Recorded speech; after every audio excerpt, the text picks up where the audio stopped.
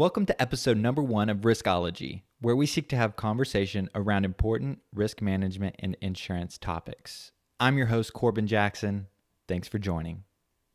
Now, before I welcome our guest today, I would like to mention a legal disclaimer. The ideas and opinions I share on the show are mine alone and not to reflect in any way on my employer. It's my intention to choose words that contribute to the discussion in a thoughtful and positive way. Joining us on the show today is Glen Mulready, who is the Oklahoma Insurance Commissioner. He has 35 plus years industry experience, which includes being an insurance broker, health insurance company executive, chair of the House Insurance Committee, and majority floor leader in the Oklahoma House of Representatives. In this episode, we gain insight into his background, the Oklahoma Insurance Department, how the industry can attract new talent, and the greatest lesson he has learned.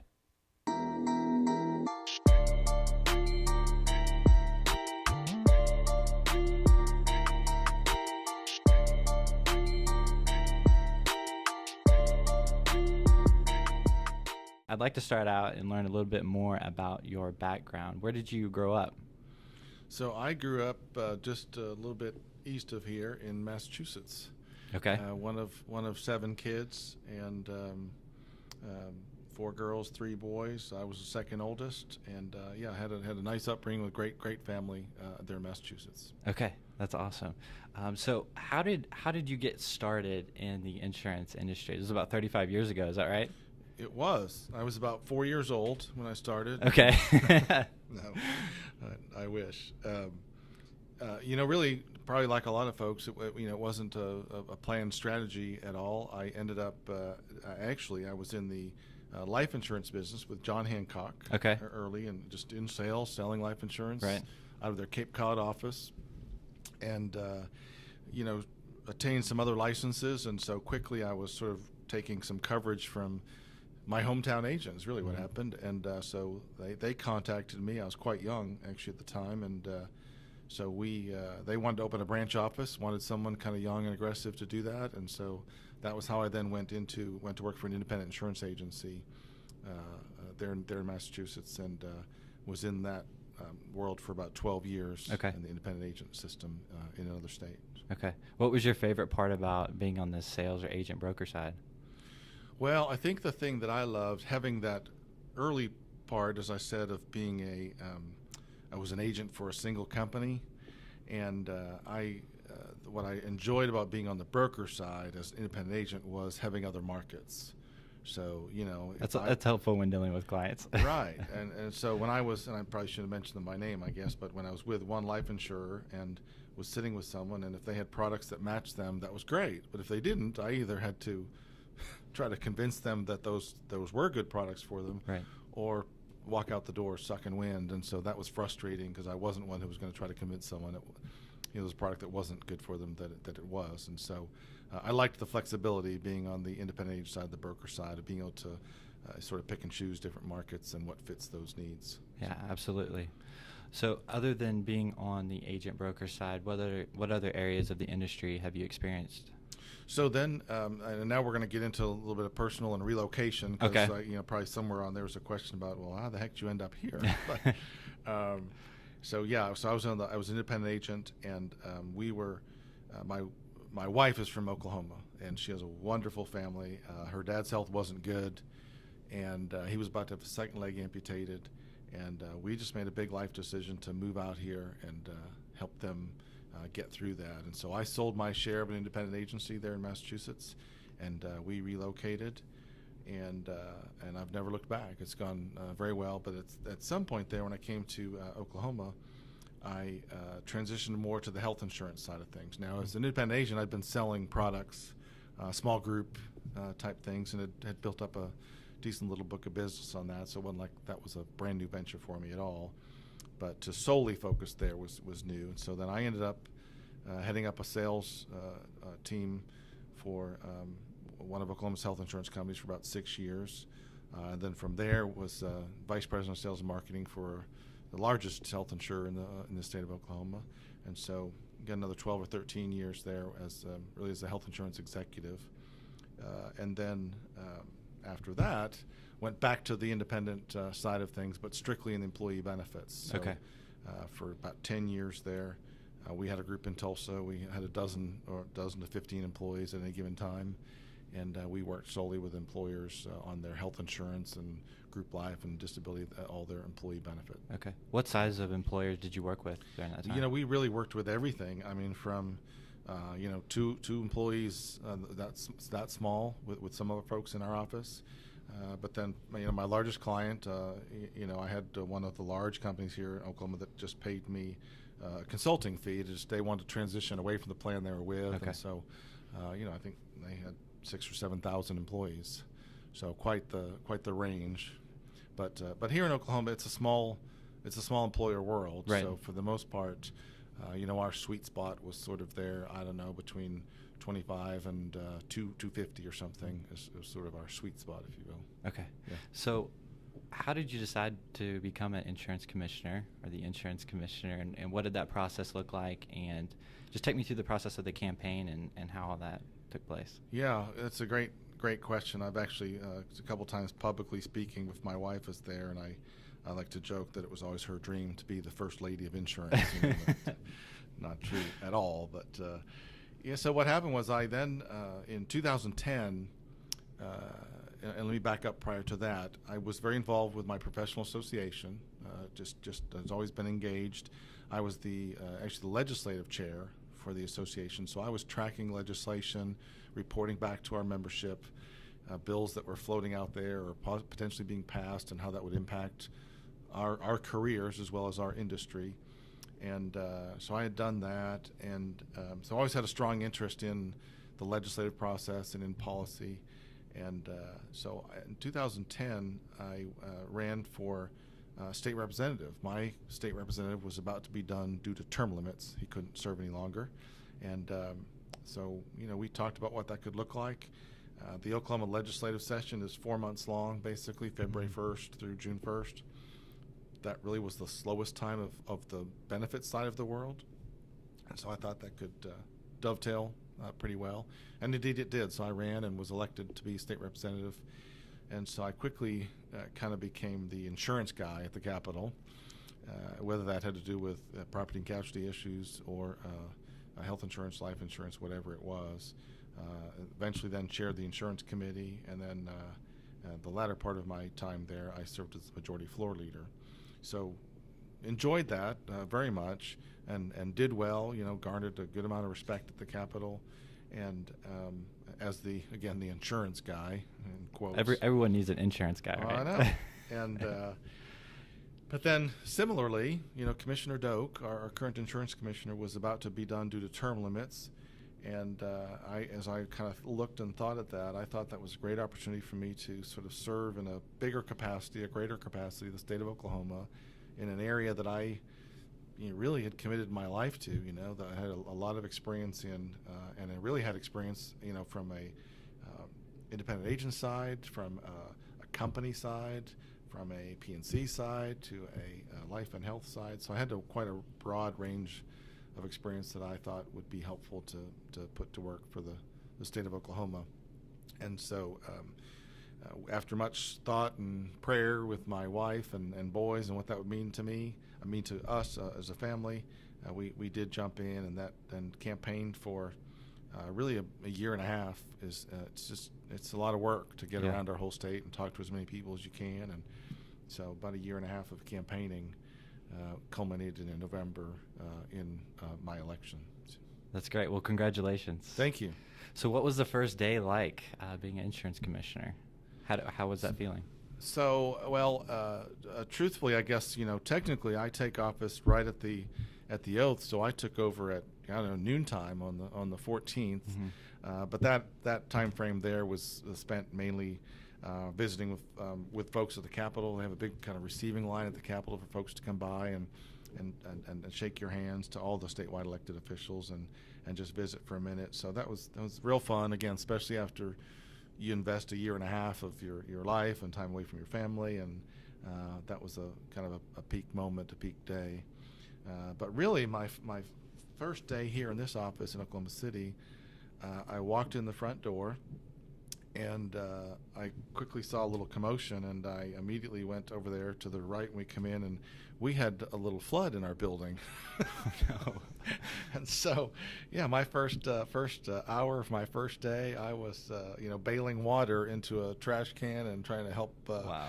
So we joked for a bit that I had my first disaster response, and it was Yeah. in our own building. Yeah. So That's great. But otherwise.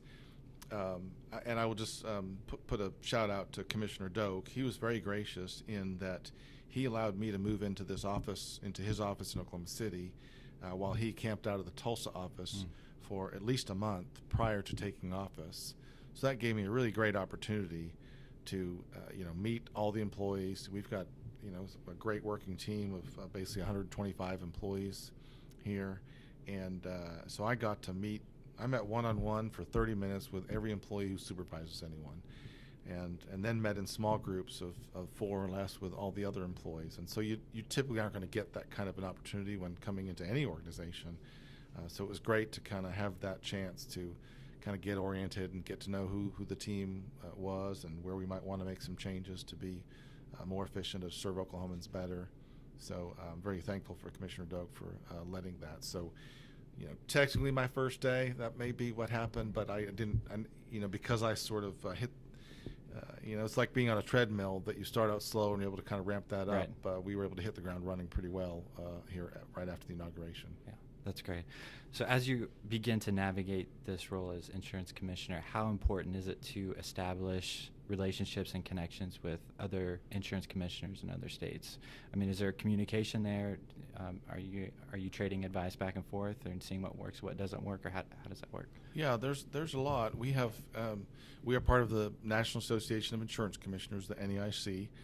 There are 56 insurance commissioners, and some of the folks that might hear this might wonder about that, as I did when I first heard that, because I was pretty sure there were only 50 states. But, of course, then quickly learned that it's the U.S. territories are part of that as well. So there's 56 insurance commissioners part of that, and they have a number of committees, a property and casualty committee and a health committee and a finance, and so they break that up and assign commissioners to all of those. And there's a lot of conversation back and forth between commissioners, from continual conference calls. Matter of fact, it's tough to get straight out of the gates here. And so, and then there's 3 meetings a year, large national meetings.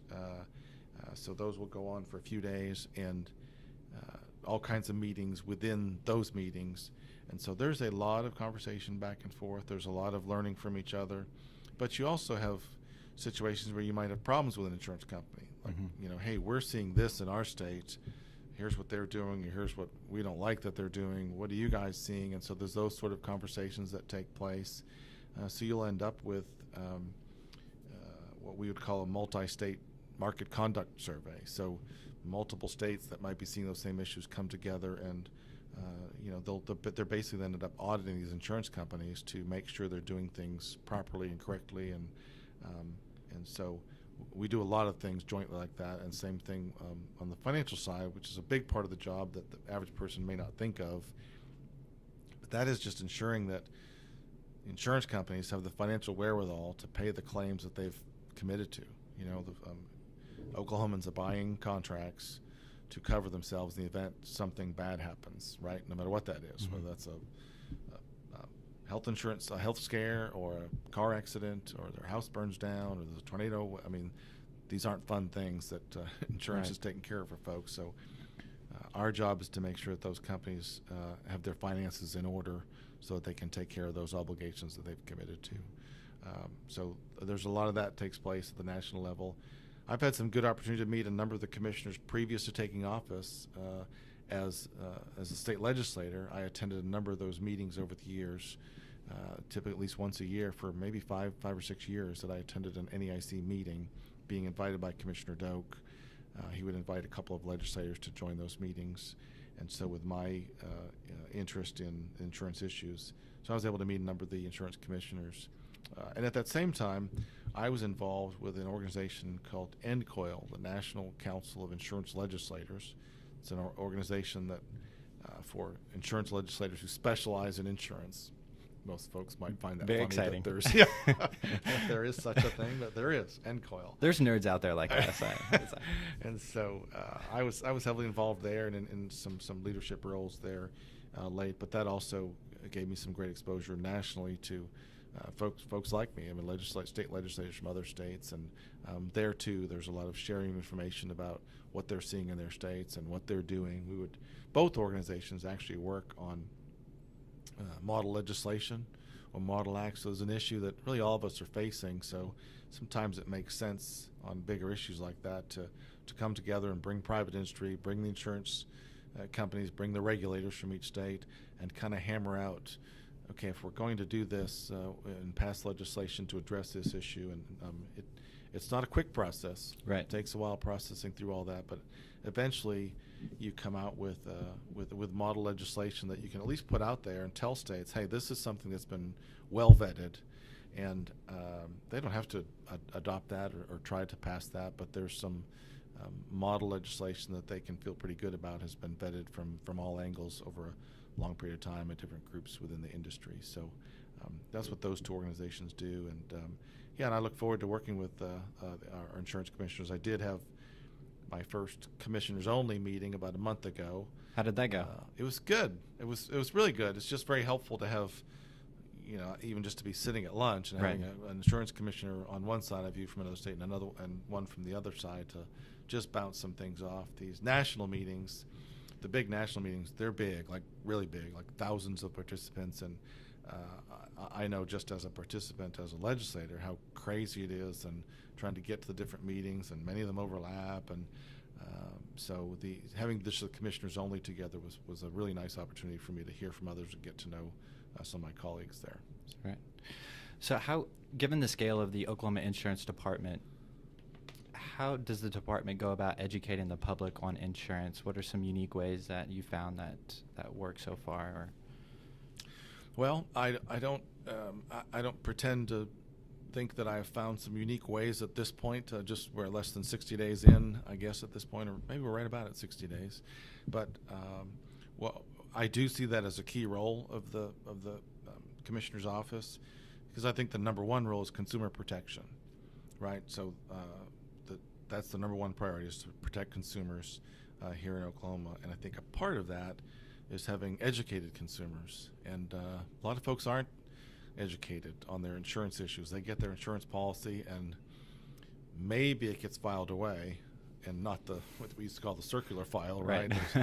And they never look at it again, or maybe they look at it 1 year from then or something. And so we use social media a lot. We have some public service announcements that we do, and so with our communications director, Liz here, we will often we'll just bounce off ideas, and I actually texted her this weekend while I was away, just not for her to do anything, but to just, hey, let's bounce this idea off. What about a campaign about this? And so Right. I think it's more just collaboratively thinking through how do we educate consumers and make sure they're educated, they can make good decisions on insurance to protect them and their families. Yeah, absolutely. That's great. So during my research, I found something called the Insurance Business Transfer Act. Yes. Is that something that you can expand on or tell us a little bit about? I can. IBT, Yes. Insurance Business Transfer, and I can because, number one, I was the author of that legislation, the House author, last year, and it just went into effect November 1st. And it's a unique opportunity here in Oklahoma. Rhode Island has a similar piece that they passed. It's not as broad and as flexible as ours, but it allows for an insurance company to transfer a block of business, if you will, to another company. So those contracts would move over there, but it allows for protections in there to allow for consumers, contract holders to, number one, receive notice that is in the works. Number two, to be heard, because eventually through that process it'll be heard in district court. So what we did with our legislation was we really have sort of a three-step process, if you will, or so it needs to be approved by an independent expert. And those are submitted by both transferring and transferee companies there, and then it needs to be approved by the insurance commissioner, and then it needs to be approved by district court. And so we think that three-step process, if you will, helps to protect folks versus some original ideas were just to have the insurance commissioner approve something like that. And so we found that everyone felt a whole lot more at ease, and it was a better approach to have a bigger process. And so it's really modeled after Part 7 transfers that have taken place in the UK and in Europe.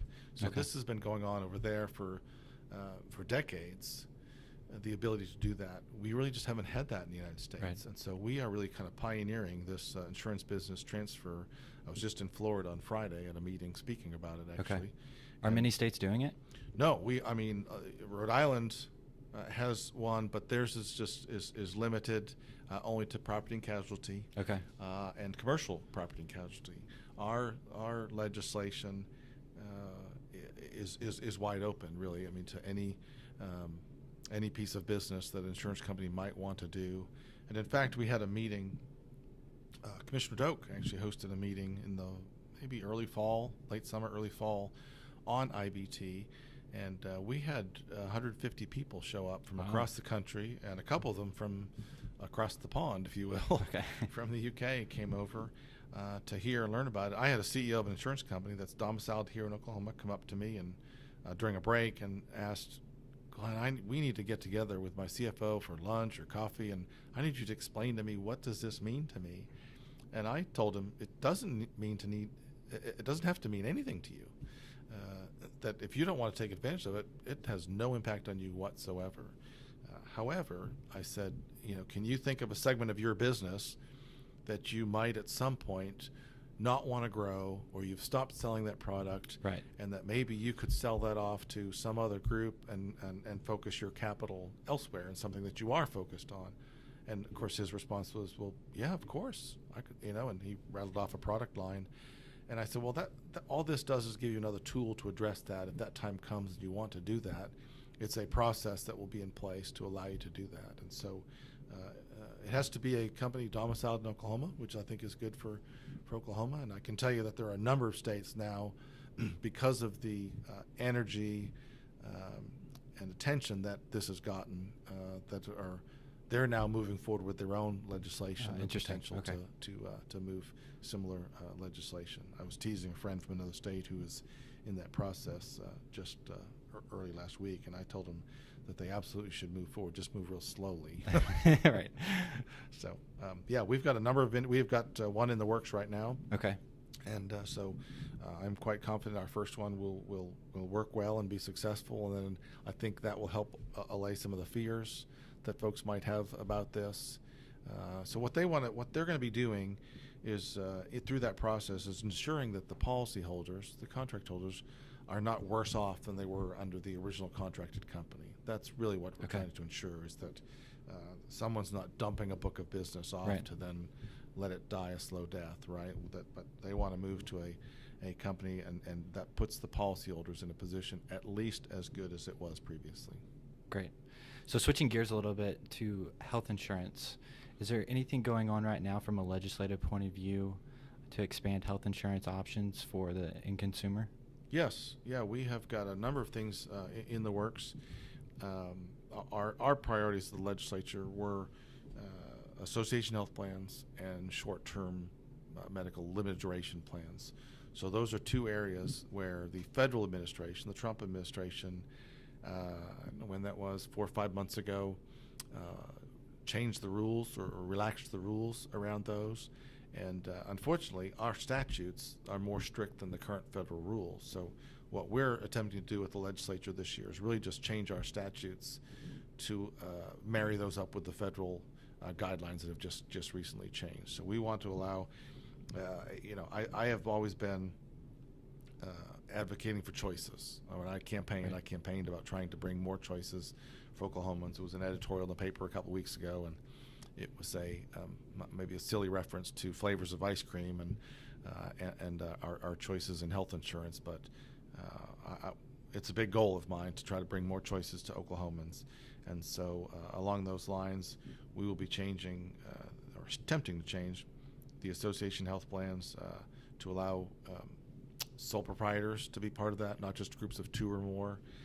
And also our current statutes say that an association has to have been an association for at least 5 years. Well, we don't want to have that restriction on there. If some associations are forming, or we want them to be able to jump in and take advantage of that out of the gates. So Absolutely. And then on the short-term medical side, years ago, pre-ACA, pre-Affordable Care Act, short-term plans were around, and they were used often for maybe kids graduating from college, not quite at their first job, with benefits and sort of filling some short-term gaps. And they served a purpose. They basically went away after the Affordable Care Act. The rule changes recently changed those to allow folks to sell short-term plans that are 364 days. It's basically a year. And then to allow those you can renew those up to 3 times. Well, our current statutes say a short-term plan is 6 months or less. So what we're attempting to change in the legislature is to, again, marry that up to the federal changes to 364 days and renewals up to 3 years. So, we believe that those will bring more choices to Oklahomans. Away from the legislature, I'm also working with the feds and trying to bring an additional option into our marketplace. The marketplace was what was often referred to as the Obamacare exchanges, Right. Formerly called the marketplace, capital M. And so we started out with 6 health plans. That second year we had 4, then we had 2, then for a couple of years we had 1 only option in the marketplace for individuals. This past year, thank the Lord, we added another option, so we have 2 choices for Oklahomans in the marketplace. We are attempting to get a third, but there's some federal hurdles that are in the way, and so I've been, with Senator Lankford's help, he and I got together a few weeks ago for lunch, and he asked how he could help me, and I said, well, since you asked, we're having some trouble with this issue, and so we got a conference call done that next week, and has some of his folks helping us on that. So we're trying to deliver some more options to the marketplace for individual health insurance too. So I believe that my role as a commissioner is to be selling our state to the insurance industry. Right. Governor Stitt is talking about trying to attract business here and jobs and good paying jobs, and I'm all in about that, but just trying to stay in my lane of insurance. So who can we get to come to our state and offer their products and employ people? And I think that's part of my role, is putting on my sales hat and selling the state and the insurance industry here in Oklahoma for folks. It's a good place to come and do business. That's great.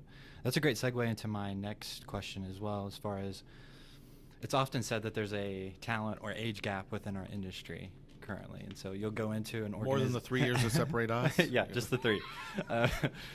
Often you'll see, a lot of gray hairs in an organization. There's nothing wrong with that. There's a lot of wisdom that comes along with that, right?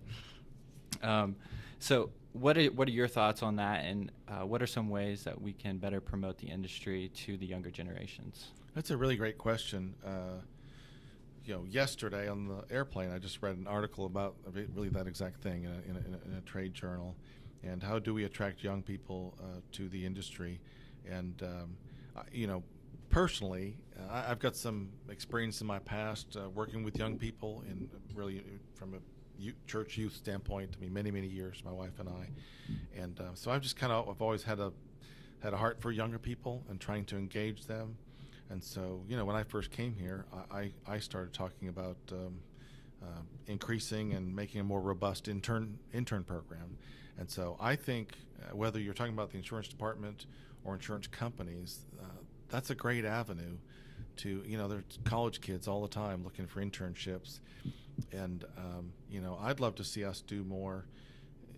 We've had some stuff here with actuaries. There's an actuarial program at a university here in Oklahoma City.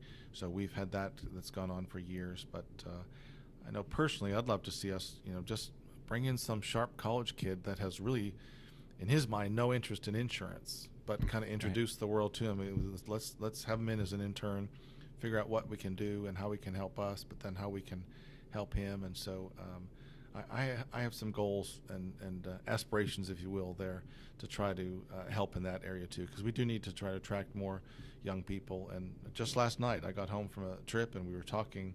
I have 3 teenage sons. One's away at college, and 2 of them were there. We were just talking about the insurance industry, which isn't typical conversation around our living room, just in case anyone was wondering. But having just come from this meeting and this event, and it just led into this whole conversation about the different things you can do in insurance, and as well led to how many people can do quite well within the insurance industry. And so just sort of trying to broaden my own son's eyes. And so I think we need to do more of that too, and sort of the wide array within the industry of opportunities and positions, whether that's an actuary or a salesperson or financial analyst side of things. Our biggest area here at the department is on the financial analyst and financial examiner side of things. And so there's broad opportunity, and gosh, there's plenty of opportunity for attorneys as well in our world. Yeah, I'm sure. But yeah, I think painting a broader picture, a bigger picture for young people, and I think a key part of that for many insurance companies would be the intern program and exposing them and getting them in their companies. And the article that I read last night, I think it said that they had a 45% retention, if you would, on interns into their company as new hires. Wow. So, yeah. That's a great pathway to take from an internship perspective. Yeah. Yeah. That's great. So a couple final questions for you. Okay. Throughout your career, I'm sure there's been some ups and downs. How would you say failure has shaped your life? That's a great question. I'm a I don't want this quote out there, do I? But I'm a big proponent of failures. Okay. In what way? In the way that I think that as a leader, if you're not failing, you're just not pushing hard enough, or you're not trying hard enough. And I want to convey that to our folks here too, that that failure's okay.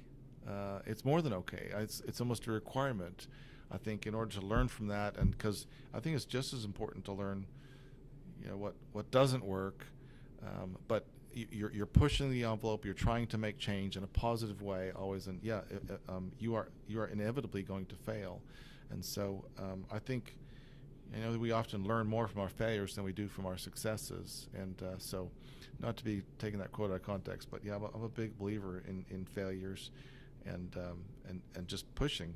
I don't care whether that's in the business world with the insurance department here, or personally, or physically. If you're not failing at some things, you're not pushing yourself hard enough. That's why I try to encourage my boys with all the time. Yeah, absolutely. I 100% agree. Yeah. Last question. What is the greatest lesson you've learned? Wow. Greatest lesson I've learned. I would generally, I think I would have to say that it's about listening. And